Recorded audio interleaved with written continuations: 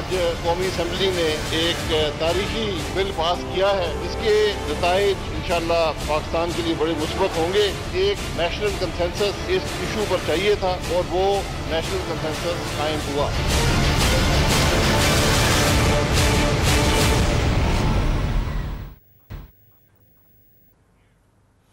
पाकिस्तान की तारीख का आज बहुत बड़ा दिन था, तारीखी दिन था पाकिस्तान की जमहूरियत के लिए, पाकिस्तान की पार्लियामान के लिए। 70 साल के अरसे में पहली बार फाटा के लोगों को उनके जायज हुकूक, उनके बुनियादी हुकूक आज मुहैया कर दिए गए। इसी जमहूरियत के नाते, इसी पार्लियामान के वास्ते यकीक का हिस्सा बन गया और आज खैबर पख्तूनख्वा का हिस्सा बन गया। आज पार्लियामान इकट्ठी हुई, यकजा हुई एक नेशनल कॉज के लिए।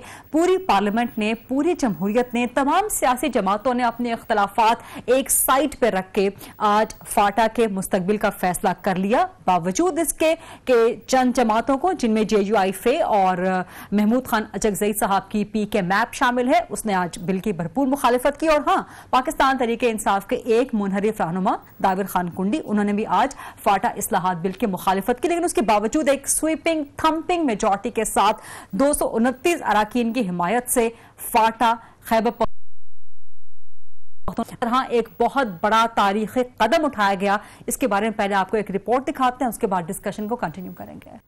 229 men in favor of the consideration motion. सियासी बहसों मुबाहिले के इंतजाम का मामला हल हो गया। कौमी असम्बली में 31वीं आईनी तरमीम का बिल मंजूर हो गया। फाटा इंतजाम का बिल वफाकी वजीर कानून और इंसाफ महमूद बशीर विर्क ने पेश किया, जिसके मुताबिक आइंदा 5 साल तक फाटा में कौमी असम्बली की 12 और सेनेट में 8 नशिस्तें बरकरार रहेंगी। आइंदा बरस फाटा के लिए मुख्तस सूबाई नशिस्तों पर इंतखाबात होंगे। फाटा में सूबाई कवानीन का फौरी तलाक होगा और मुंतखब हुकूमत कवानीन पर अमल दरामद के हवाले से फैसला करेगी। अरकान असम्बली की जानिब से बिल पर बहस की गई। मैं ये अर्ज करना चाहता हूँ कि ये आप ये उसूल बनाए, उसूल ये बनाए कि जो डेवलप अजला है वो तो ऑलरेडी डेवलप है, लेकिन जो बैकवर्ड अजला है कम अज कम उनको भी कोई तवज्जो आप दे दें। जिसके बाद बिल की शिकवार मंजूरी का अमल शुरू हुआ। JUIFA और पश्तूनख्वा मिली अवामी पार्टी ने बिल की मुखालफत की और ऐवान से वॉकआउट कर गए। अरकान असम्बली ने फर्दन मुसव्वदे पर दस्तखत किए। 229 अरकान असम्बली ने बिल के हक में वोट दिया, जबकि तहरीक इंसाफ के मुनहरिफ रुकन दावड़ कुंडी ने भी बिल की मुखालफत की। कानून के तहत बिल सेनेट में मंजूरी के लिए पेश किया जाएगा, जिसके बाद बिल पर हतमी दस्तखत सदर मुमलिकत करेंगे। पार्लियामान और हुकूमत, जिनकी मुद्दत 31 मई 2018 को खत्म हो रही है, अपनी मुद्दत के आखिरी हफ्ते में एक तारीखी कदम उठाया गया है। और सवाल हम ये भी करेंगे कि इसका क्रेडिट किसको जाता है, लेकिन आज जहां फाटा के हक में एक तारीखी फैसला किया गया, वहां आज पार्लियामेंट की खास बात यह भी रही कि 20वीं मरतबा पार्लियामानी इजलास में शिरकत की, तकरीर भी उन्होंने की, जिसके बाद पाकिस्तान तहरीके इंसाफ आज के इस तारीखी इकदाम का क्रेडिट ले रही है, जबकि नून लीग भी इसका क्रेडिट क्लेम करने में पेश है। इसी हवाले से बात को आगे बढ़ाएंगे। मेरे साथ मौजूद है मुआविन खुसूसी वज़ीर आज़म सेनेटर मुसद्दिक मलिक साहब, नून लीग के अहम सीनियर मरकज़ी रहनुमा हैं। सर अस्सलाम वालेकुम। मेरे साथ पीपल्स पार्टी की हैं सेनेटर रुबीना खालिद साहिबा, सीनियर मरकज़ी रहनुमा हैं। अस्सलाम वालेकुम सेनेटर साहिबा आपको भी। मेरे साथ नईमा किश्वर खान साहिबा मौजूद हैं, जिनका ताल्लुक JUIFA से है, जिन्होंने आज भरपूर मुखालिफत की इस बिल की ऐवान में, वहां पर तकरीर भी की। इनसे भी बात करेंगे। अस्सलाम वालेकुम नईमा किश्वर खान साहिबा। और मुझे ज्वाइन कर रहे हैं पाकिस्तान तहरीके इंसाफ के सीनियर मरकज़ी रहनुमा नईमुल हक साहब भी। मुसद्दिक मलिक साहब, आपसे डिस्कशन का आगाज करूंगी। नून लीग किस चीज का क्रेडिट लेना चाहती है, क्योंकि आपकी ही जमात थी जिसने अपने इक्का दुक्का इत्तेहादियों JUIFA, मौलाना फजल रहमान, महमूद खान अचकजई, PK मैक, इनके चंद लोगों की वजह से आप लोग पिछले कम से कम 4 साल से इस बिल को ताखीर का शिकार करते रहे।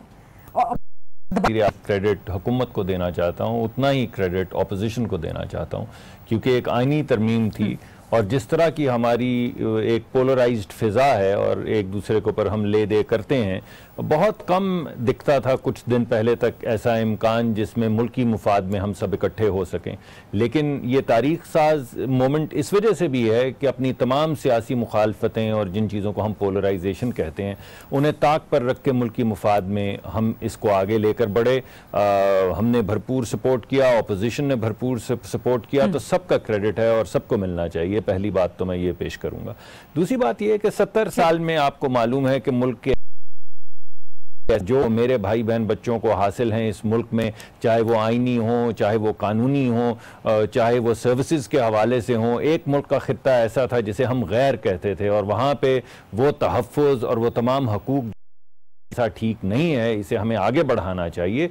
उस आगे बढ़ाने के अमल में हमारी सबसे बड़ी ख्वाहिश ये थी कि ये एक कंप्लीट कंसेंसस के साथ आगे इसको बढ़ाया जाए और उस कंसेंसस की तलाश में कि हम मुत्तफ़िक़ा तौर पे इसको आगे बढ़ाएं।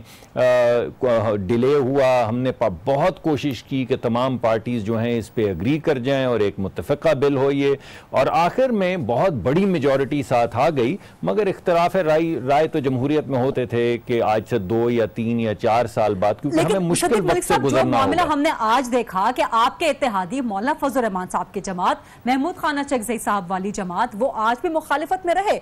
तो यही काम अगर बिल्कुल ताखीर के साथ उसी तरीके से होना था तो यही मामला कम से कम साल या 1.5 साल पहले भी हो सकता था या 2 साल पहले भी हो सकता था कि मौलाना फजल रहमान साहब की जमात या अचकज़ई साहब की जमात अपने डिफरेंसेस साइड पे रखती, पार्लियामेंट में अपने डिफरेंसेस ओन करती, उसके बावजूद एक थंपिंग मेजॉरिटी पीटीआई आपके साथ थी, पीपल्स पार्टी आपके साथ थी, तो क्यों नहीं कर पाए फिर आप लोग? जी, मैंने एक तो आपको ये बताया और आज आपने देखा कि इमरान खान साहब ने भी इसका जिक्र किया अपनी तकरीर में कि एक बात आपको मालूम है कि ये बड़ा मुश्किल रास्ता है जिस पे हम चल निकले हैं। हमने एक नया एडमिनिस्ट्रेटिव इंफ्रास्ट्रक्चर बनाना है, इसमें बहुत से झोल आएंगे, बहुत सी मुसीबतें भी आएंगी हमारे ऊपर। इस वजह से ये बहुत ज़रूरी था कि जब आपके रास्ता मुश्किल हो,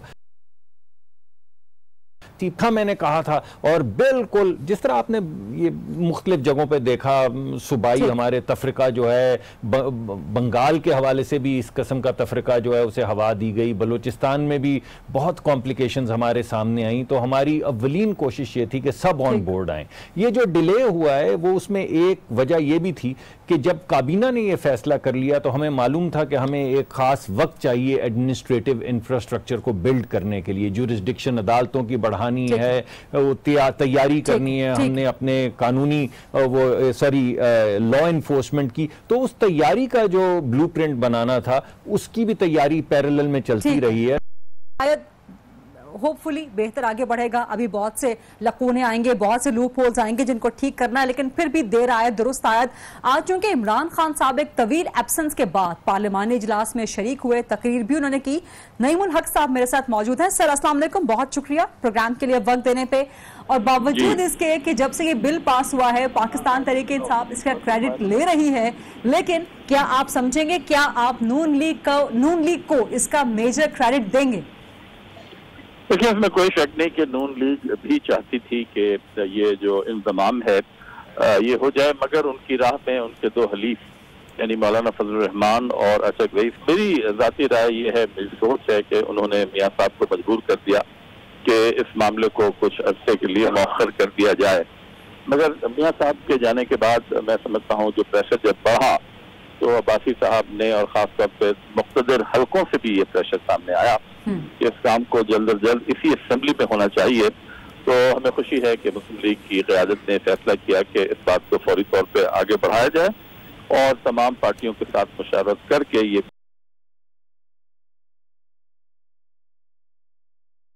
बिल मसाइल हैं, खासतौर पर वो जो है जिसकी वजह से ये तमाम ये बड़ी खुश असलूबी के साथ करार पा सकता है, वो भी बड़ा ज़रूरी होगा।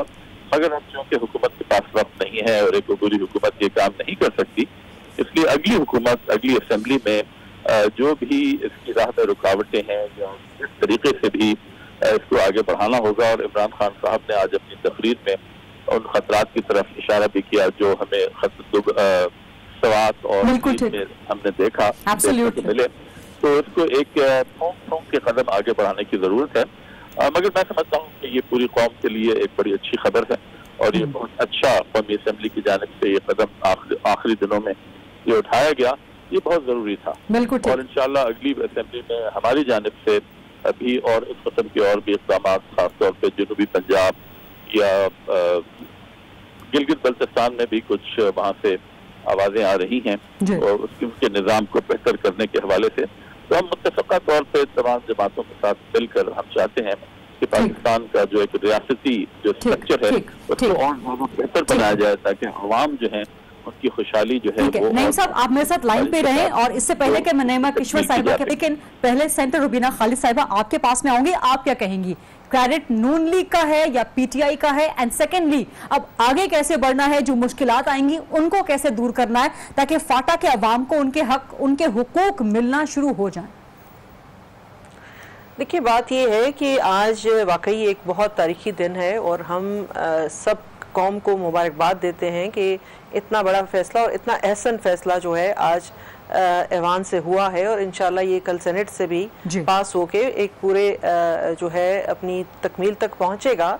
लेकिन बात ये है क्रेडिट देना या न देना, ये काम मुझे हम अगर अवाम पे छोड़ दें, क्योंकि अवाम को बहुत अच्छी तरह से मालूम है, फाटा के अवाम को भी बहुत अच्छी तरह से मालूम है कि कौन इनके साथ खड़ा था, कौन किसने इनके जख्मों पे जो है वो मरहम रखी, कौन सी पार्टी थी जिनके लीडर इनके पास जाते रहे, इनसे बातचीत करते रहे। और अगर ठहरना चाहिए और एक दूसरे को मुबारकबाद देनी चाहिए बजाय कि हम ये कहें कि क्रेडिट किसका है और किसका नहीं है। ये एक 70 साला फरसुदा निज़ाम से निजात पाई है फाटा के लोगों ने और एक बहुत लंबी जंग की है। बिल्कुल, लेकिन 70 साल में इसलिए कहूंगी कि वो पाकिस्तान बनने के बाद भी आज़ाद नहीं हुए, तो ये 70 साल जो थे कैदो सऊबत के उनके फिर भी थे। तो पाकिस्तान पीपल्स पार्टी का जो रोल रहा है वो लोगों को मालूम है और भुट्टो साहब का, उसके बाद बीबी का और फिर आसिफ अली जरदारी ने जो फाटा हम ये एक्सरसाइज कर पाते, तो ये सिलसिला तो काफ़ी जो है अरसे से शुरू था। लेकिन ये देखने के कि हम किसका क्रेडिट किसको दें, फाटा के लोगों का क्रेडिट है because they have fought this fight. उनका जो है क्रेडिट है, वो बहुत लंबी जंग लड़े हैं, बहुत सब्र किया उन्होंने, पाकिस्तान के लिए बहुत कुर्बानियां दी हैं, तो क्रेडिट और मुबारकबाद जो है वो सब उनके हिस्से में आना चाहिए। एब्सोल्युटली, फाटा के अवाम का क्रेडिट है, उनकी मुबारकबाद है। लेकिन जो डिसेंटिंग वॉइसेस थी, खासतौर पे जेयूआई पे नईमा किश्वर साहिबा हमारे साथ बैठी हैं, इन्होंने आज फ्लोर ऑफ द हाउस पे कहा कि पता नहीं किसके डंडे की वजह से आज सब यहाँ इकट्ठे हो गए हैं और वोट दे रहे हैं। नईमा किश्वर साहिबा, क्या कहेंगी आप? बिस्मिल्लाह, साथी है उनकी तरफ से ये आ रहा है कि जेयूआई उसके मुखालफत में थी और हम उसको नहीं चाह रहे थे। हमारे शुरू दिन से जब इनकी रिपोर्ट प्रेजेंट हुई, हमने कहा है कि और इनका हमारे साथ एग्रीमेंट था, रिटन, वज़ीर आज़म ने रिटन एग्रीमेंट और वज़ीर सफ़रान ने हमारे साथ किया था कि हम बाकी वो जो रिफॉर्म्स है वो करेंगे और रिपोर्ट में लिखा गया है कि 5 साल के बाद इंज़माम की तरफ जाएंगे। लेकिन इनका जो हमारे साथ रिटन एग्रीमेंट था वो ये था कि अभी तो नहीं हुआ लेकिन आज कर रहे हैं लोग, उसमें लिखा है कि जब फाटा का के बारे में फैसला होगा तो उसके जिरगे से पूछा जाएगा। तो ये हम इन्होंने खुद एग्रीमेंट किया था कि आइन के मुताबिक करेंगे।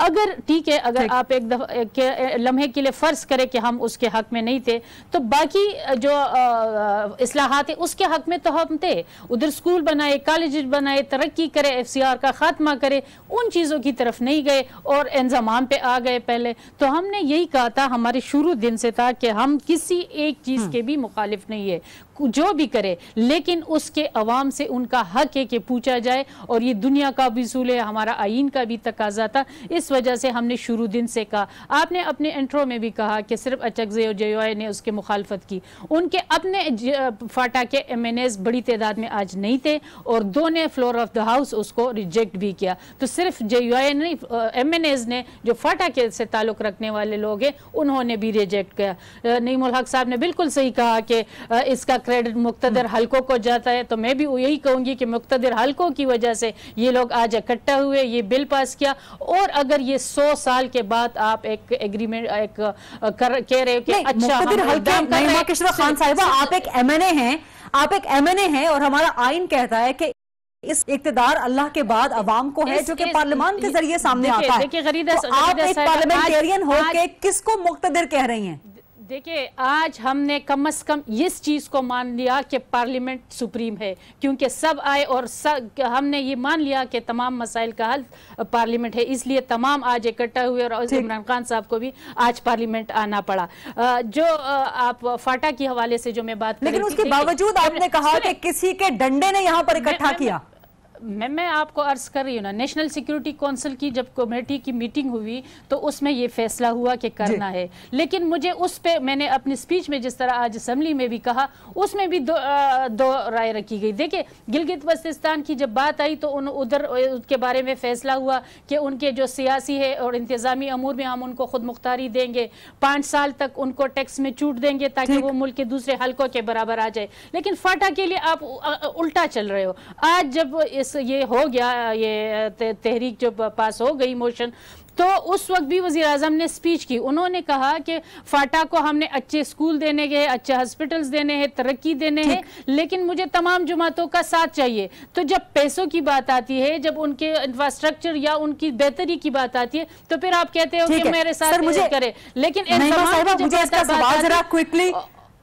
मुसद्दिक मलिक साहब से इसका जरा क्विक सवाल जवाब मुझे लेने दीजिएगा। मुसद्दिक मलिक साहब क्विक जवाब, उसके और इसमें मैं सिर्फ एक ऐड करूं, इसमें नुकसान हमें हुआ है, इसलिए हम कह रहे हैं। देखिए, हमारी सेनेट की सीटें सारी खत्म हो गई है। मैं इस डिस्कशन को नईमा साहिबा कंटिन्यू करूंगी, तो निगरान वजीर आजम के मामले पर भी कुछ बात करेंगे। Stay with us. जी, welcome back after the break. और इस प्रोग्राम में स्पेसिफिकली बात करेंगे निगरान वज़ीर आज़म के मामले के हवाले से, जिसमें डेडलॉक मजीद शिद्दत इख्तियार कर गया है और लग रहा है कि यह मामला अब पार्लिमानी कमेटी तक जाएगा।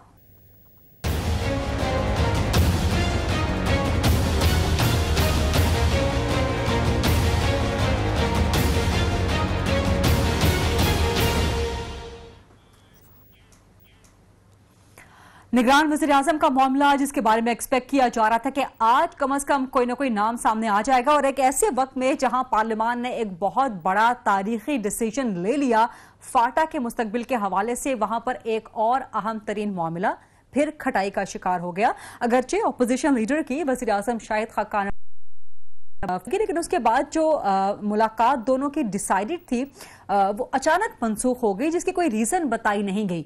अपोजिशन लीडर खुर्शीद शाह साहब कहते हैं कि अब वो वज़ीर आज़म शाहिद खाकान अब्बासी से कोई मशवरा नहीं करेंगे, कोई मुलाकात नहीं करेंगे निगरान वज़ीर आज़म के मामले पे, और अपने नाम पार्लिमानी कमेटी को भेजेंगे, और उससे पहले पार्लिमानी कमेटी के नाम स्पीकर को भेजेंगे ताकि एक कमेटी सब्स्टिट्यूट की जा सके। उधर शाहिद खाकान अब्बासी साहब ने भी ऐसा ही ऐलान किया है कि अब जो नाम है वो किसी पर इत्तेफाक नहीं हो सका और पार्लिमानी कमेटी को ही भेजे जाएंगे।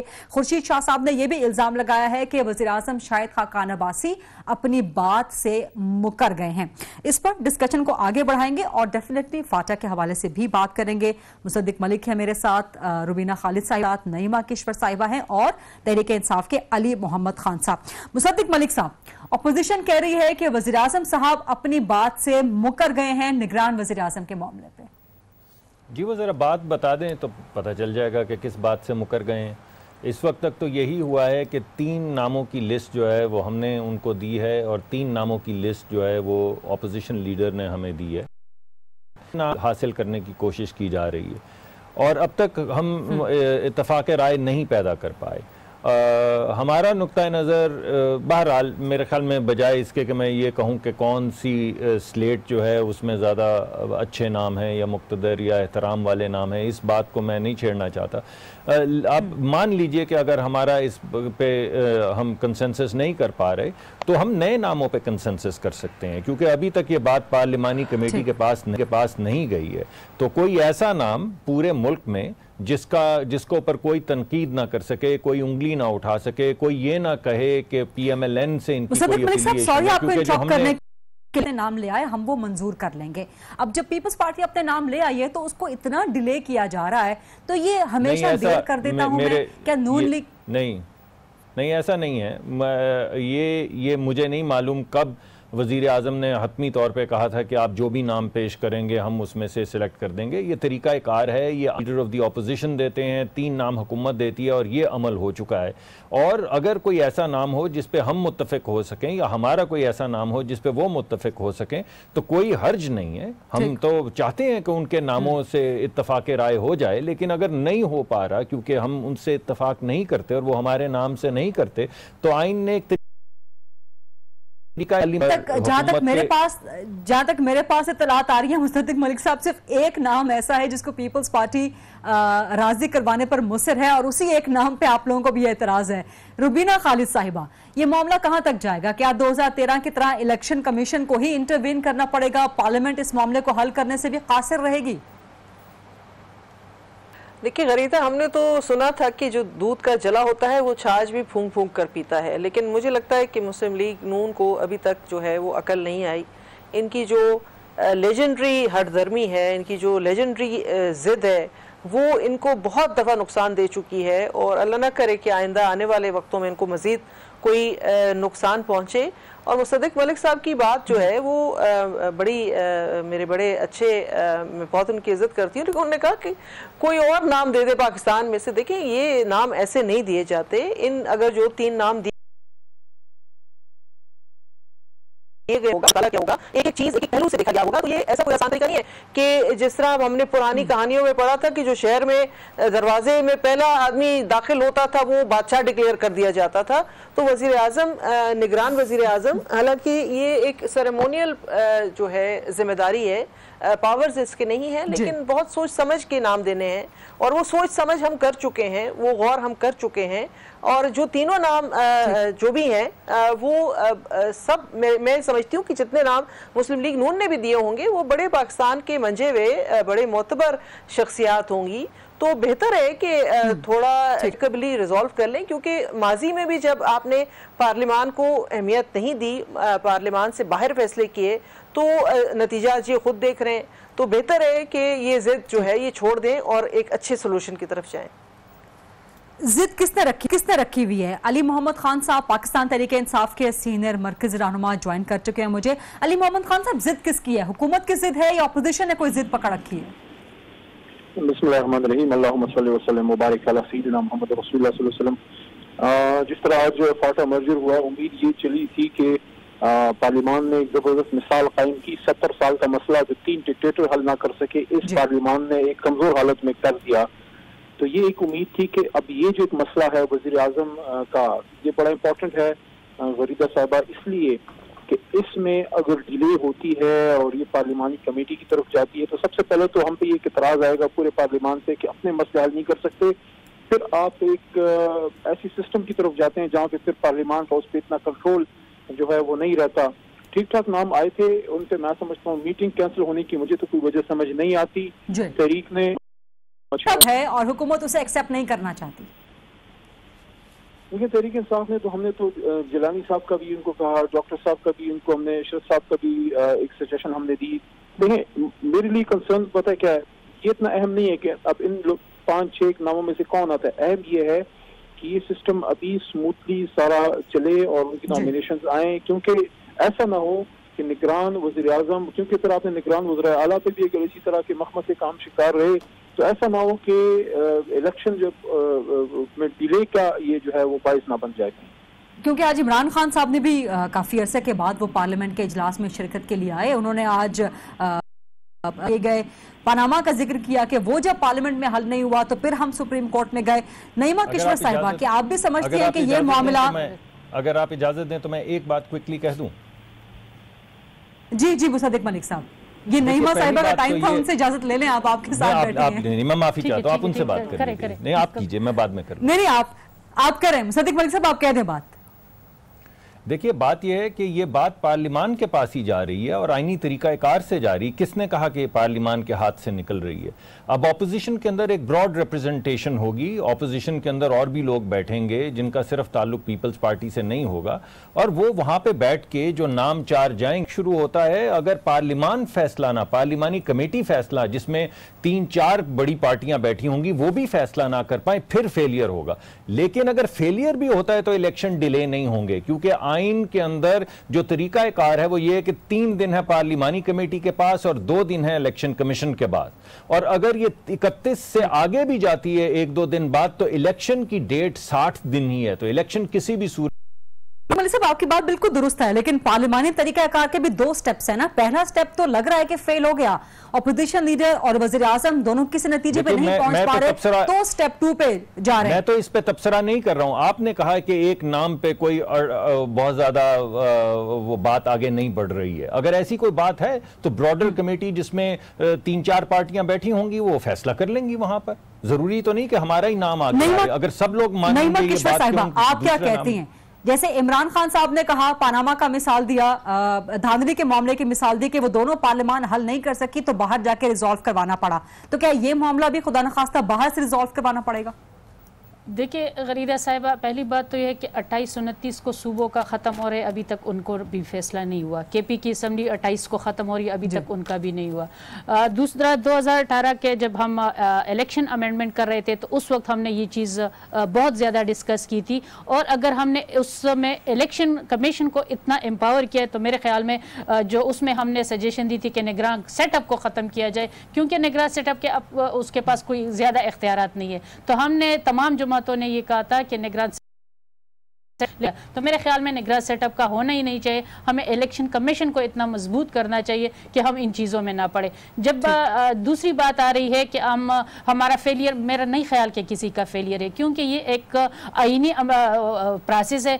उसके बाद अगर ये 2 बंदों में नहीं होता तो अगर कमेटी में जा रहे तो 4 मेंबर उसमें गवर्नमेंट के होते हैं, 2 पीपल्स पार्टी के होगा, 1 PTI का होगा, 1 MKM का होगा, तो ये तो ज़्यादा उनको मौका दे रहे हैं पार्लियामेंट को कि वो अपने कंसेंसस शो करे। अगर उधर भी नहीं होता फिर इलेक्शन कमीशन में भी जाता है तो इलेक्शन कमीशन अपने नाम नहीं कर सकता, वही 4 नाम जो कमेटी भेजेगी उसी में से जो 2 भेजेगी या 4 भेजेगी उसी में से वो उन्होंने करना है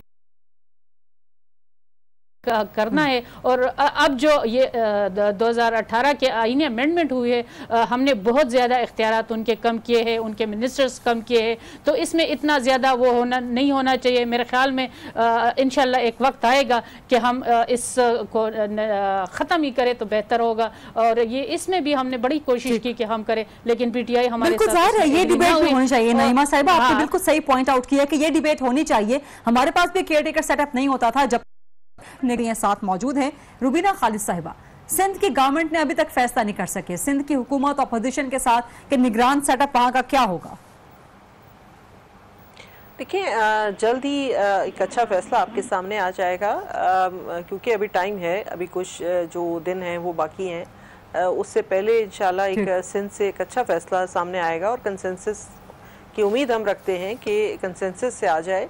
लेकिन फिर नईमा किशोर साहिबा ने जो बात की मैं उसको एंडोर्स करूंगी कि वाकई में निगरान, ये मेरा अपना एक पर्सनल ओपिनियन है कि निगरान सेटअप्स की कोई ज़रूरत नहीं है। जब आप कहते हैं कि वो वज़ीर आज़म के पास कोई इख्तियारात भी नहीं है, वो कुछ कर भी नहीं, 100 महीने के लिए रखने की कोई मुझे तो कम से कम वजह नज़र नहीं आती, बजाय इसके कि वो एक शख्स को जो भी हो XYZ हम उसको वज़ीर आज़म बना देते हैं और फिर वो life time ex prime minister की होती हैं वो उनको मिल जाती हैं।